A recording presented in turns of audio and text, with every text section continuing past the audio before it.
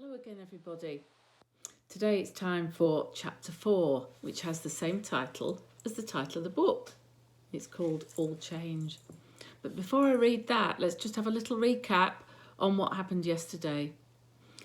Ben and Jake were sent in by their nutty teacher, Mrs. Peacock, to lock the head teacher, Mrs. Craven, in her room. They don't know why, but they've done it, and now they're getting slightly worried. Let's see what happens next. Chapter 4, All Change.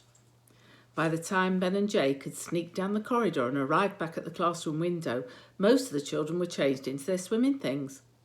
Joe Rimmer was prancing up and down in his underpants, acting like a ballerina. But that was no surprise, thought Ben.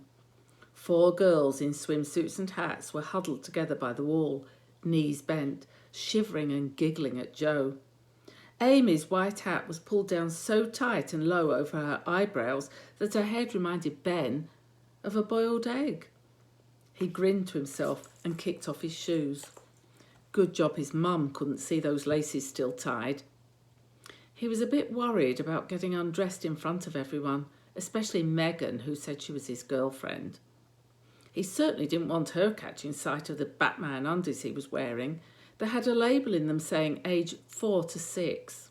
His mum kept saying they'd do, only now, out on the cold playground, he knew they most certainly would not do. He twisted his head round and searched the group for Jake. Oh, good idea. Jake had wrapped his towel around his waist and was bent double, wriggling into his trunks. His boxers floated in a puddle by the drain pipe. Ben took the towel out of his backpack and quickly wound it round himself. He'd be ready before he knew it, as his grandma would say. Oi, Joe, are you the sugar plum fairy? Laughed Matty. Joe stopped twirling round and tried to stand up straight. It was impossible. He began to fall to one side, crashed into Abby and bounced back the other way. Ouch! Shouted Abby, rubbing her arm. Ben slipped one leg into his trunks and balanced on the other foot, holding onto the wall for support. What happened next was just like one of those cartoons you see on the telly. That's what Ben thought afterwards. At the time, he didn't think anything. It was bad luck for Leah that she bent over to pick up her swimming bag at the very moment Joe was bouncing back off Abby's arm.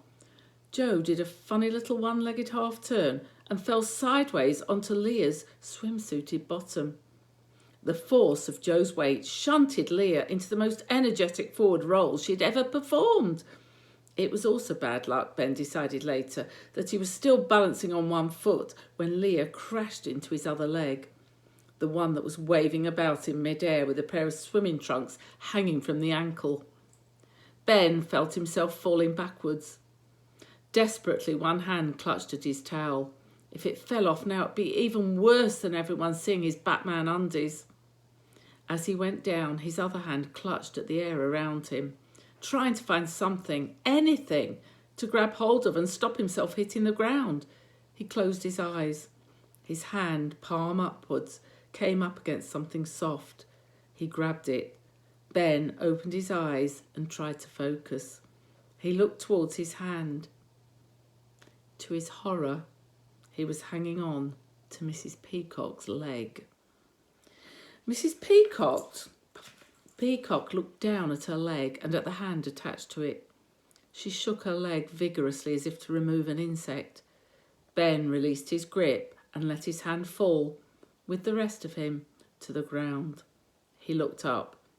Mrs. Peacock was wearing a swirly pink and purple swimming costume and a hat with plastic flowers that waved as she moved. From Ben's position on the ground, she looked enormous.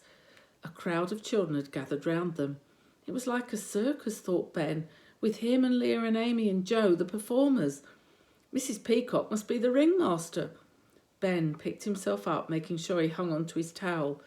Right, said Mrs. Peacock, still in that wobbly voice. The flowers on her hat shivered as she spoke. Everybody, line up by the drain pipe. We're ready for the next step. Danny whistled. Ben and Joe pulled on their trunks and threw their towels behind the drain pipe. The children shuffled into place and looked at Mrs. Peacock, waiting for the next instruction. Mrs. Peacock cast her eyes quickly over their faces. She must need somebody very sensible, thought Ben. That's what she does before she chooses someone to do an important job. He straightened his back and looked earnestly up at her. Ben, said Mrs. Peacock after a few seconds, see that hose pipe? Ben's eyes followed the line of Mrs. Peacock's pointing finger. He hadn't noticed it before, but now he could see the hose pipe attached to the outside tap. It ran up the wall by the drain pipe and disappeared onto the roof. Ben wondered where it went after that. I want you to climb up the drain pipe. Danny whistled long and loud, and Joe Rimmer shouted out, Ape Man! Mrs. Peacock carried on as if she hadn't heard them. Her eyes looked really strange now. Follow the hose pipe to the nozzle at the end, then wait for the rest of us there. And that's the end of chapter 4. And we'll have to wait till tomorrow to see what happens in chapter 5. I hope you've enjoyed it. Thanks for joining me, and I'll see you tomorrow.